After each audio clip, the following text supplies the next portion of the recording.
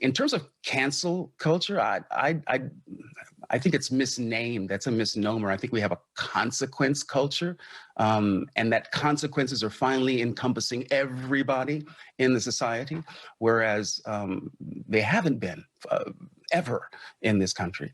So I think that there are good signs that are happening in the culture right now, and I think it has everything to do with a new awareness on people who were simply unaware of the real nature of life in this country for people who have been othered since this nation began. So I have kind of a nuanced take on this one. Yeah, okay, I want to hear that. So I think he doesn't really realize what cancel culture is, and that's because of his specific circumstances. We talked about him being an actor. You've talked about how crazy fucking Hollywood is, how shitty Hollywood is, how shitty the process of getting picked in a movie is. And I can't imagine for a guy who did a lot of work in the 70s and the 80s into the early 90s that he didn't go through a lot of shit in Hollywood. On top of it, he had his daughter who was working with Rooster Teeth, and a lot of that shit was kind of funky what they were doing to not just her, just a lot of people, because a lot of people complained about them. And I think those people ended up getting fired. So from his perspective, at least this is me reading in, I've never met Levar Burton. He could, if by chance he's watching this because he just Googled shit on YouTube, because some people do that. Some actors Google their names and say, "Oh my God." So if that's, I don't know you, but my thoughts are, in your head, you feel like the experiences you may have had in the 70s, 80s, or whatever, going up in Hollywood were unheard, and you just got shit on and had to eat it. And then you see in this generation that what happened with your daughter, which really had a lot to do with Warner just wanting to get rid of the people at Rooster Teeth because they had a lot of shit on them. But you see that and you say, oh, well, now people are actually facing their consequences, not realizing that what happened to your daughter is the cancel culture. Because if I remember it correctly, and you guys can correct me in the chat, there were people like for Rooster Teeth that were like attacking her and harassing her, and all they did was kind of joke about it, didn't do anything. And what you need to understand, Mr. Burton, is that harassment and that attacking is cancel culture, and it goes for things that shouldn't have really any consequence in a lot of cases, or if there is consequence, not the consequence of you can never make a living ever again in life. You know what I mean? But I don't think he realizes that. I don't think he understands that. At least that's my thought. I think in his head, he's like, hey, I went through shit and nothing happened. She went through shit and something happened. Therefore, this is better. I respect your opinion, and I think it's well thought out. I don't agree, though, because the term consequence culture is a talking point that the wokies are pushing back with. Like, he didn't coin this. This is something that download, you're saying. People say this. People like, I've heard this. It's not cancel culture. It's consequence culture. This is like their new, meme to try to fight back against the fact that they're silencing anyone they disagree with. So my opinion is that this is just he's in the woke world, a woke bubble or whatever. And then maybe his daughter is informing him on the right opinions and he's just going out and saying them. I don't think that it might be, partially it could be informed by what you're saying, but I don't think these are his original thoughts. I think he's just saying what he thinks he's supposed to say. Former Rooster Teeth employee Mica Burton explains decision for departure. I assume this is her, right? This has got to be her, right? Levar Burton, Mica Burton, I didn't leave because of the community. I left because of the company. This was about a year ago, about 10 months ago, last June. Yeah. In the wake of recent protests and renewed discussions of race surrounding the death of George Floyd, actress and former Rooster Teeth employee Mica Burton has revealed that some systemic issues dealing with the topic of racism within the company led to her 2018 departure from the production studio. On June 3rd, Rooster Teeth producer Marie Salcedo prompted a discussion. I don't know. I know it's racist that I mispronounced it, though. Prompted a discussion regarding racism in the company's content by declaring white supremacists and the racists had no room in my audience or community. White supremacy, there's just KKK members everywhere you go, especially in the inner workings of the film community. Shut the fuck up. God, you people are so full of shit. You know what? I kind of agree with them because all these woke idiots are white supremacists. They think all black people can't read. You know what I mean? We don't have ID. But I know what you're saying in their head. But not in the way that they mean it. Yeah, exactly. Yeah. And since your dildo says, Matt, stop white reading. Stop white reading. Speaking of, is reading racist? I know math is. Probably. Sure. I mean, and what is LeVar Burton was on Reading Rainbow? He needs to explain his racism. Yeah, the Islington girl said she used to read. race. She said she used to race home to watch Reading Rainbow like a dork, and I used to do the exact same thing. I used to love watching Reading Rainbow. Reading Rainbow was kind of the shit. I thought, and didn't have like the little magical pen, right? Yeah, I used to love Reading Rainbow. Yeah, had an inviting song. It was all inviting. Yeah, it was great. It was warm and positive. Take a look, it's in a book, a Reading Rainbow. The comment was a reference to a wave of criticism Mica received for discussing her views on racism, sexism, inequality. Okay, she's probably just saying woke shit on the off-topic podcast. Taking responsibility for their failure. What's his name admitted that the company should have spoken out then. We should have spoken out then. Ugh, what a douche. Okay, I'm not clear on what do you mean a shitstorm? From who? From people within the company or from people on Twitter? It's a big difference. And what did she say? And what kind of shitstorm did they receive? Like, was it just like, I disagree with you, or, real racist shit? Yeah. See, I don't know. And the thing is, I know Rooster Teeth just had a lot of like harassment issues as a company. Really? Yeah. And so I kind of chalked it up with this, but I felt like there was something of validity. Maybe it wasn't.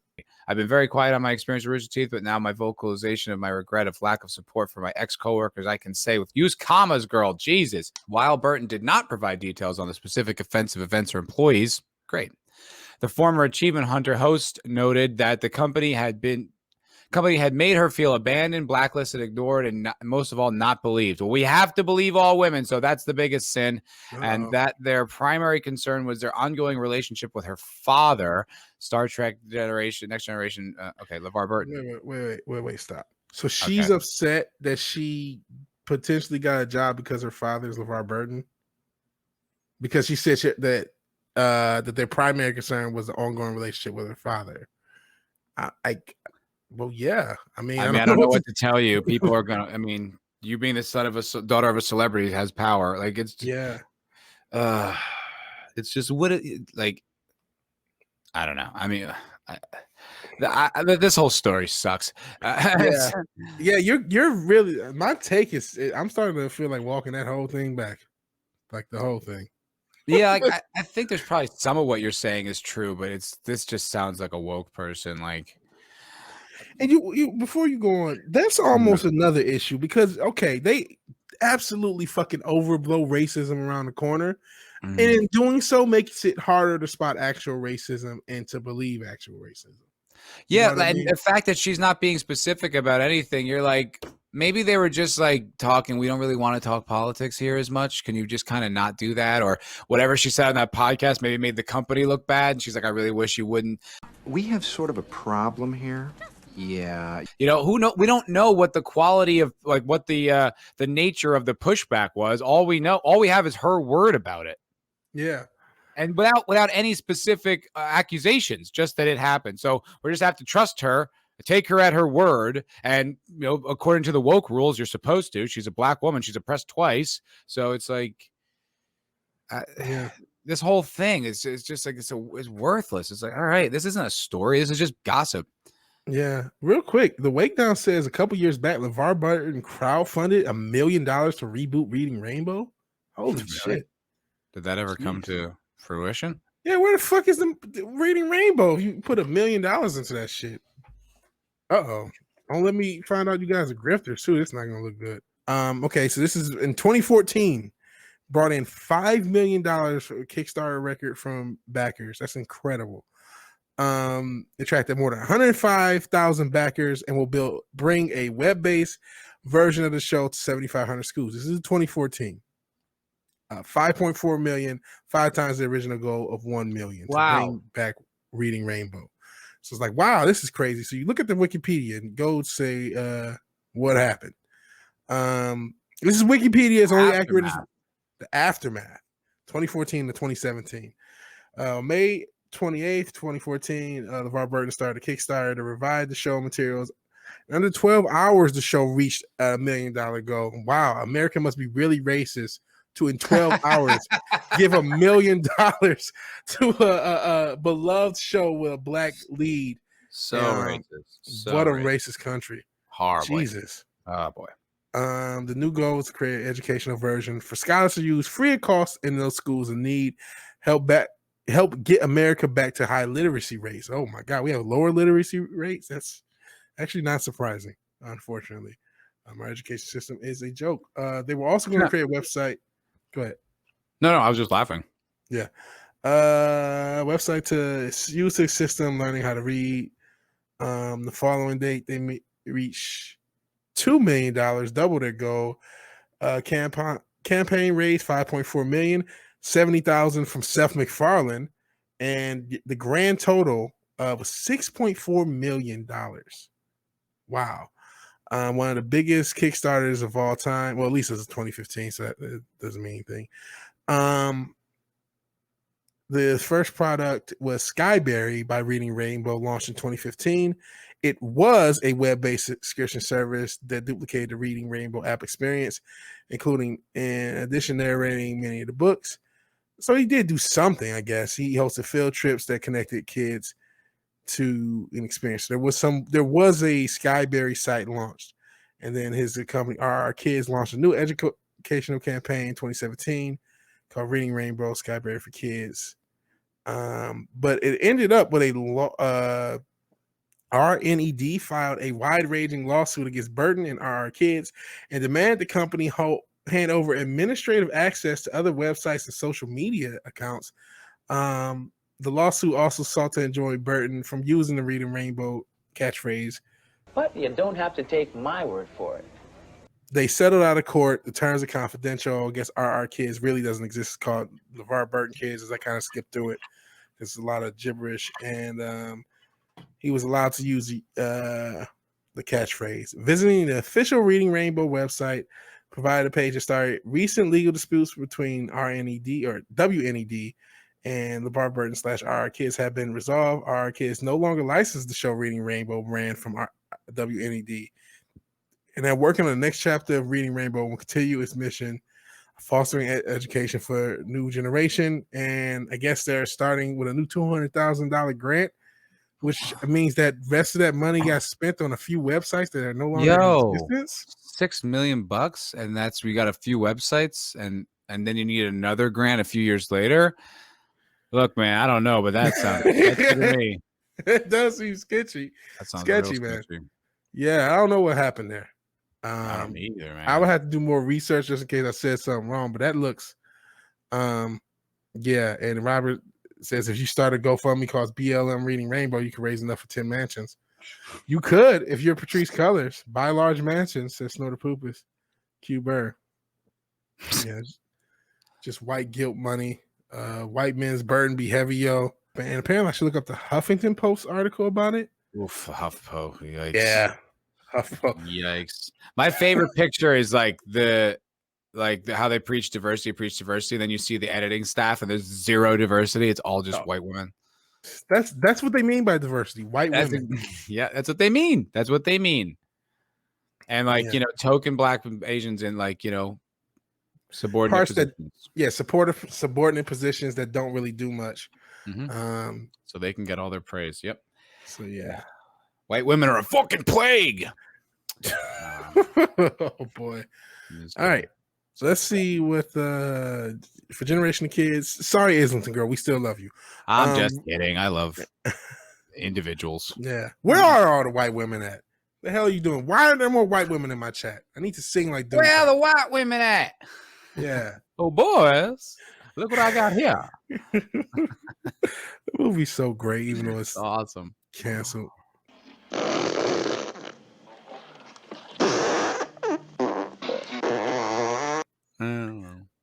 Okay, so yeah, I guess Generations Kids Reading Rainbow and his host Levar Burton have been practically synonymous.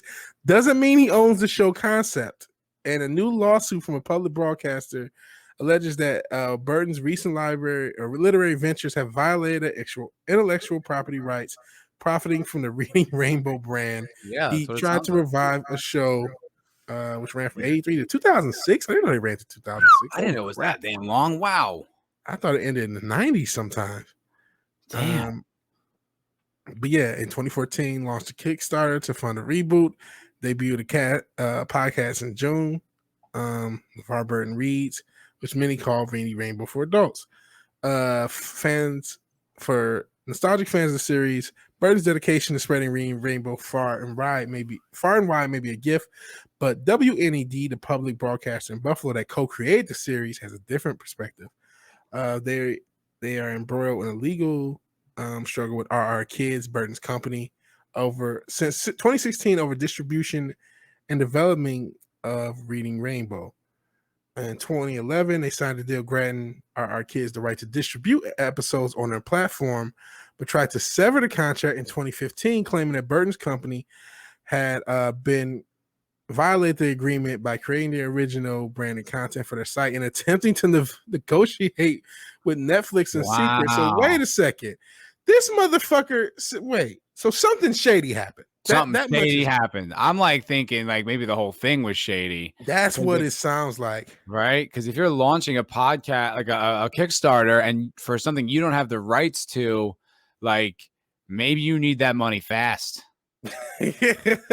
Not only that, remember the Kickstarter, it was supposed to, what does this say in the original article?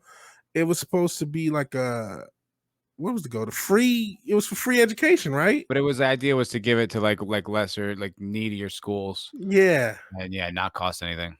But no, he was trying to get a Netflix deal with the old content that he didn't even own. He had a licensing deal and took it too far, it looks like. Damn, dude. You know what? Okay, so I mean, I don't know. I mean, we're speculating, but we're not lawyers. We have no lawyers. legal knowledge of what the hell happened.